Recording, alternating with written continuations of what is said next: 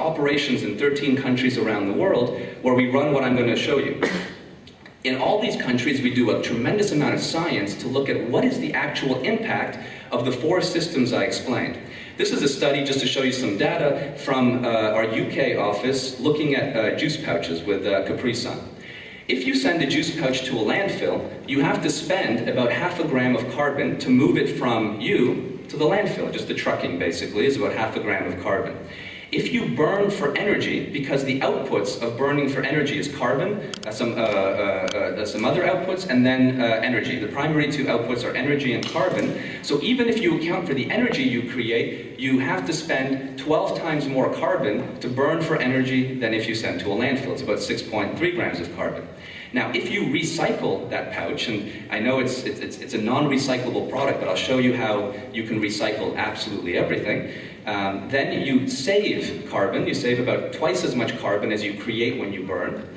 And then if you upcycle, say you sew it together into a bag or something, then you save 10 times more energy than if you recycle, because you have very little energy you have to put into the product to make it into something new.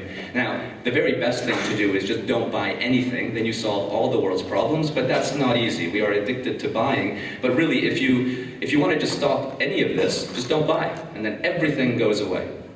So, the big issue is, can this problem be solved? The problem with garbage is that it's all mixed together into one very big pile. Imagine if we all together went into a local store here, we took every product off the shelf and mixed it together into a pile out of its packaging. The store would have to throw it out and order a new product. They wouldn't put it back on the shelf. So if you think about a landfill is a poorly managed warehouse. There's no inventory, there's no control, there's no separation of the materials, just all together. Now, what if you could actually separate a landfill into all of its primary components? Now, we have evaluated every single consumer-facing waste stream in the world. There's about a little bit over 300 categories of waste we as consumers generate. There's over 2,000 categories that businesses generate. I won't talk too much about that today, but let's just stay with consumers. There's about 300. Now, this slide shows 8. Just for simplicity, we will show you 8.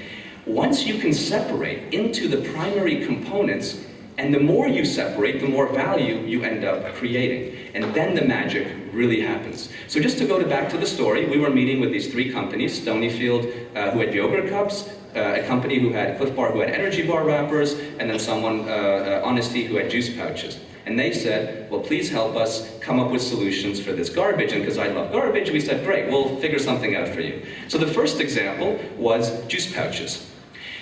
Now, when you look at garbage, the first thing we always look at is how can we first upcycle or reuse the material. Then we look at how can we recycle the material. So with a juice pouch, upcycling, very easy. You just take it, you sew it together, now you have a fabric. Once you have a fabric, you can make it into hundreds and hundreds of different products. Just as these 2 examples you can buy in any Walmart or Target today in America. The bottom one is one of the best-selling backpacks in the US and Canada today. That's one example, is upcycling. The other is, well, how can you recycle where you value the material? I guarantee, because we've looked at every type of waste in the world, every single consumer-facing waste stream is recyclable. We have programs where we recycle dirty diapers. We have programs where we recycle cigarette filters. Everything. What you have to look at is what is the material made of. So the stone at the top and the fence at the bottom are both made 100%, nothing added, from juice pouches, which in no system in the world today is actually recyclable. Thank you. Take another example, like wrappers. Same thing. You can upcycle. So that bag, that Oreo bag, is made by taking wrappers, squeezing them together, creating strength, so that you can put a needle into it, and then we can make a bag, or we can make a speaker. That trash can is made from 1,500 cookie wrappers. Again, no additives at all, nothing, no color, nothing added, just 1,500 cookie wrappers melted. Now, what's very important is this. If you take just cookie wrappers, you can make a trash can. If you make just candy wrappers, you can make something. Just potato chip bags, no problem. You mix them all together, the value goes down very, very quickly, because a candy wrapper is a completely different polymer than a cookie wrapper, which is a completely different polymer from a chip bag. So separation is really critical to maximize value. Now, the last example is the Stonyfield example, yogurt cups. Again, we always look at how do you refill first. So here's the product that we made. So far, we have packaged 30 million plants in old yogurt cups where all we do, we don't even paint them. This is an earlier picture. We just put a hole in the bottom and we're done. That's it. Hole in the bottom for the drainage. And now major nurseries all across North America don't have to buy the normal plastic pot. They just use yogurt cups. And then what we realized when this happened was that, holy shit, everything can be solved. So for example, billboards, very easy to solve. You go to a movie, very quickly the movie film is thrown out. Very, very easy to solve. I'll just show you some other examples to basically demonstrate, and later on when we go to questions, you can ask any type of garbage and I'll tell you how we change it. Some of the folks here may remember these things. They play music, Even shoes, you can buy these in Japan. This is our TerraCycle Starbucks shoe, or the one behind it is the Cliff Bar shoe made by Timberland. You can even go very high-end. This is a dress that's in the Museum of Modern Art that we made in New York City, that's made from 6,000 used candy wrappers, and just for some fun, we made these in Japan. They're not used, they're new, but they're a condom dress. Either way, the point being is that everything can be solved. What we realize is that there's really three categories of garbage. One category is flexible packaging. The best thing to do with flexible packaging is first, upcycle if possible. Now, not everyone wants to buy an Oreo bag, not everyone wants a big logo. That's of course very natural. With all the garbage we collect, today around the world, TerraCycle collects about 1 billion pieces of garbage every 2 months. And about 5% is made into things like this, and then 95% is made into plastic products, because again, not everyone likes a big logo. So first you upcycle, then you recycle. With rigid packaging, so there's simple shaped rigid packaging, something like a bottle, a yogurt cup, and many other examples. First you look at how do you fill it with something else. And it's typically not legal to put a beverage into it, again, because of health and safety concerns, but you could package cleaner in this, or fertilizer, and there's no problem. Then, if that's not available, then you look at how to melt into something else. And then everything else falls into a category we call complex waste. Complex waste is where you use multiple polymers together. Think about a toothbrush. A toothbrush is nylon, rubber, and like 2 different types of plastic. Think about a pen, 10 different types of plastic in one product.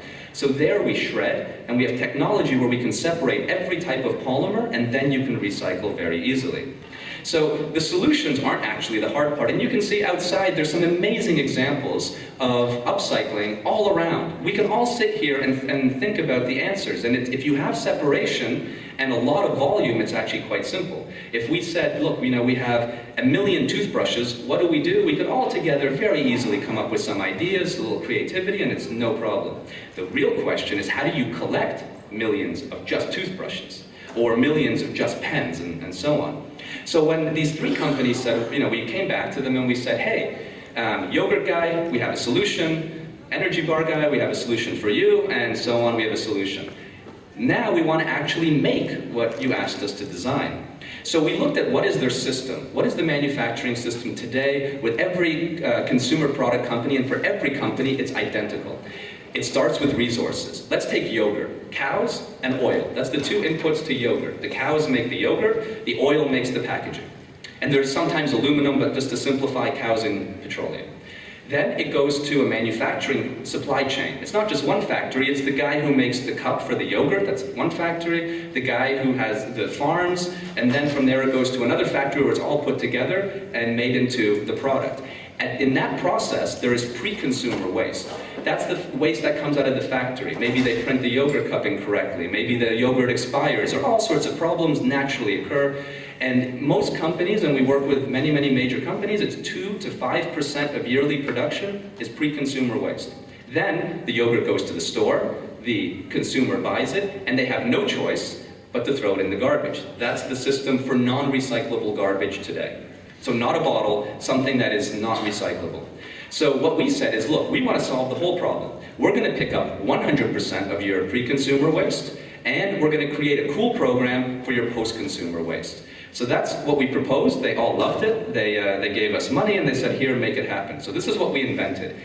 I preface this by saying this system, it may sound crazy, is operating today in 12 countries around the world, from countries where the recycling is extremely advanced. The most advanced system I've ever visited in the world is in Sweden. this works in Sweden, all the way to the least advanced, which is places, at least in developing markets like Argentina or Mexico, where it's very, very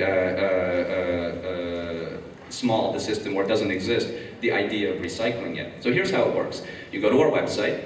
You can go to TerraCycle.com just to see it. Then you will be presented with a number of different types of garbage. Let's say you're interested in collecting yogurt cups, just as an example. You click sign up for free, there's no cost. You take any box you may have, any cardboard box, you fill it up with yogurt cups, any brand, it doesn't matter, but as many yogurt cups as possible. When the box is full, you go back to our website, download a free shipping label, put it on the box, and send it to us. Absolutely free.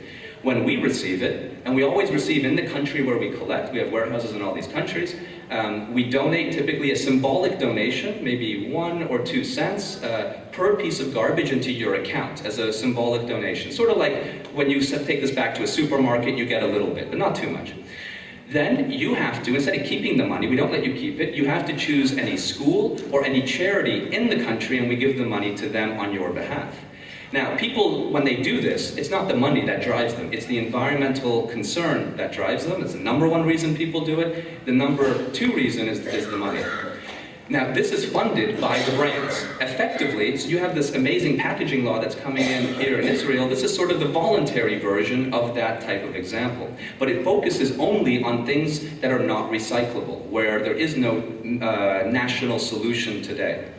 So this is what we started only 4 years ago, because for the first 4 years we were just worm poop in a soda bottle, and we're now, so say 5 years we brought this idea in. Within 5 years we have 15 million people collecting in 12 countries.